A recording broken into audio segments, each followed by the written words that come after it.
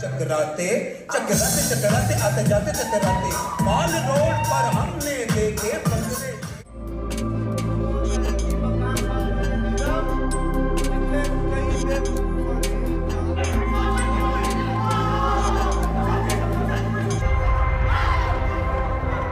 और ये बिल्कुल सच बात है, सच सच सच कि मैंने अपनी ज़िंदगी में एक आध शायद ऐसा प्ले देखा होगा।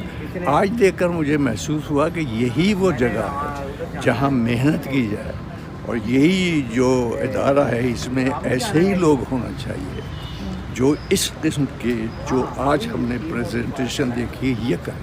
यही बच्चे बहुत बड़े, मेरी तो आँख जो है उनको देखती रह गई है क्या हो रहा है। बहुत ज़्यादा पोटेंशियल है, बड़े एनर्जेटिक हैं ये लड़के, जो जितने भी माशाल्लाह स्टूडेंट्स भी हैं और जितने भी फेस्टिवल में जो ड्रामे हुए हैं सब में बहुत अच्छा काम किया इन्होंने, और इनकी ज़रूरत है इस वक्त थिएटर को, और अच्छा थिएटर साफ़ सुथरा होना चाहिए ताकि उस गलाजत से हमारी जान छूट जाए। इंशाअल्लाह लाहौर आर्ट्स कौंसिल इसी तरह के फेस्टिवल्स करती रहेगी ताकि ये नए बच्चे ट्रेनिंग लें, इसी तरह सीखें और बेहतर से बेहतर काम कर सकें।